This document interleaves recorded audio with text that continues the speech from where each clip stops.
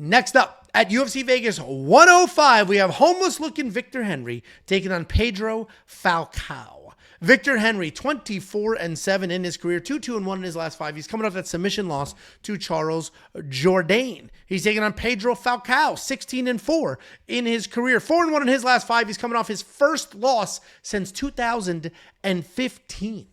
And Victor Henry is a decent fighter. He's a pretty well-rounded guy. He can do all the things. Come forward striker for the most part. Wide variety of attacks. He's going to come forward. He's going to plot. He's going to use the head movement to avoid the big punches, and he's going to counter along the way. At range, he'll throw head kicks.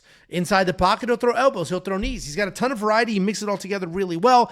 He is getting up there in age, though. He is... Thank you, Dan. The only one yelling it. That's a good chance. No, people he caught on. Anyway, Victor Henry, well-rounded guy, can do all the things, and he can put it all together nicely. He is getting up there in age, as I mentioned. We haven't quite seen him full-blown slow down just yet, but I imagine it's a quick turn when he does. He is coming off that submission loss to Charles Jourdain, where the striking was not good, but he had plenty of takedowns. He's taking on Pedro Falcao. This guy is a grappler at heart. He looks to drag you to the ground. He wants to work in a submission. He does have some power in the hands, but I think that he thinks he's a striker when in reality, it's sloppy as shit. It's really there just to set up those takedowns. He's definitely a dangerous guy, but he's been pretty inactive. He's coming off that UFC debut loss where he stepped up on 3 days' notice, but he's still set a really nice pace. I wanted to pick Pedro here. As soon as I saw it, I saw my notes from the previous fight. Every time I watch a fight, if I'm in front of my computer, I take notes. Just my thoughts right then in the moment. And my notes on Pedro were not the better fighter, but a short notice 3-day fight, set a pace, in great shape. And the fact that he was in great shape on 3 days' notice and was able to set a pace. And now it's a full camp against a 37-year-old. I was like, I want to go Pedro. I want to pick Pedro as a dog. And then I watch the tape. I look at it. The problem is, even though that Victor is a little bit older, he does have some juice left. He is a proven entity. And the reality is, Pedro is just too damn sloppy on the feet. And I don't know if the takedowns are going to be good enough. Victor Henry does have some pretty good takedown defense. Victor Henry's also one of the most inconsistent. He went out there, beat 5-time Brazilian national champion, and then 2 fights later fights a 40-year-old and has nothing to offer. So Victor's a little unreliable. I am going to be on the Victor side. These odds were gone 2 months ago. Minus 205 is crazy. This is a much closer fight than that, but I am going to pick him to win. What do you think, Jakey boy? Yeah, I think the thing you need to know about this fight, the inside the distance decisional action bet, it opened at minus 200 for Pedro. It's basically just telling you that he's definitely the more dangerous fighter in this matchup. And if it goes, the distance, they expect Victor Henry to probably win. But I kind of disagree with that. Obviously, I think Pedro's got the finishing upside. Like a third-degree black belt. Angelo mentioned stepped up on 3 days' notice. Not only did he step up on 3 days' notice, but he made weight.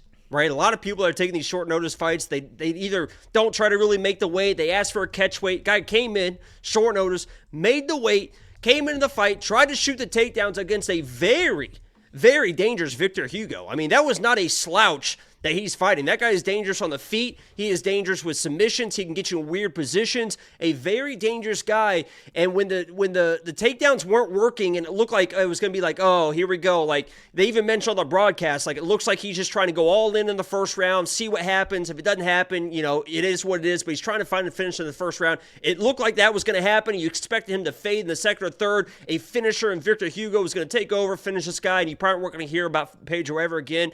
And all of a sudden, Pedro just keeps working and just keeps working. He's the one moving forward. He's walking through shots. And he's continuing to shoot takedowns. Shot 13 fucking takedowns. Had over 7 minutes of control in that fight because even when he wasn't getting the takedowns, he understood the situation of, let me just hold him here and try to work this position instead of getting back to space because I know I can't, I'm a little bit gassed because it is short notice.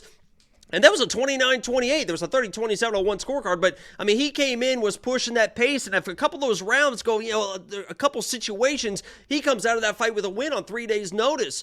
So I'm watching this guy, and I'm like, holy shit. He gets a full camp. He gets a couple takedowns. He gets on the back or whatever. Victor Henry, that's all it takes to win a couple rounds. I mean, this guy is a very high-level grappler. And Victor Henry, I know he's got good takedown defense and all this stuff, but he's not really a dangerous guy.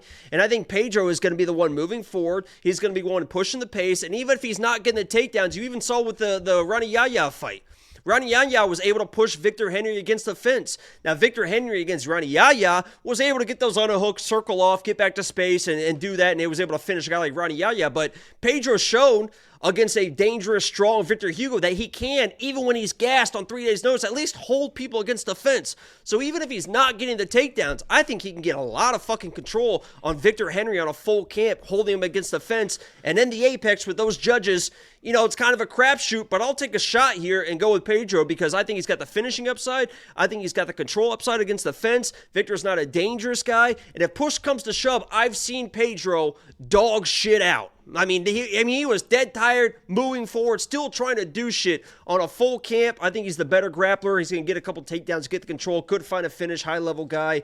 So I'm going Pedro here. I'm going with, feels like a Brazilian card to me, but I'm going Pedro. Yeah, I mean, it's not, especially at these odds, it's not the wrong side. Maybe a plus 3.5 play. I'll have to check those odds out because I wanted to outright pick him. I decided not Minus 190. Yeah, see, there's a problem. That's always so funny to me. So he's a 2-1 underdog, but they're pretty damn sure he's going to win a round. Like, then how is he the 2-1 dog? Those odds are always so crazy. They think it's going to look like last fight. Come in, win the first round, blow his load, get tired, and then Victor's going to win the next 2 rounds. But if he wins that first round, and he doesn't look, even if he looks gassed, I mean, he almost dogged out a couple more rounds in the Hugo fight. So I think he's definitely going to win that first round, and you better be careful. He wins that second round, and Victor Henry all of a sudden needs a finish. It's like Pedro's not a guy you really finish. So yeah, it'll be. I'll have to explore some of those prop bets there. I do think Pedro's probably the side as far as betting is concerned. Victor Henry, in my mind, wins because of the very good takedown defense. But the reality is this is a razor-thin fight, and these odds were long gone a while ago. If you do want to check out all the bets that we have right now ready to go, if you do want to get push notifications to your phone with those bets, become a premium member.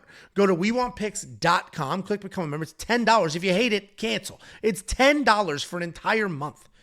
Next week is UFC 314, what on paper is the best fight card of the year. WeWantPicks.com, click Become a Member at the top. Couple of super chatterooskies. $1.99 from Next Lennon.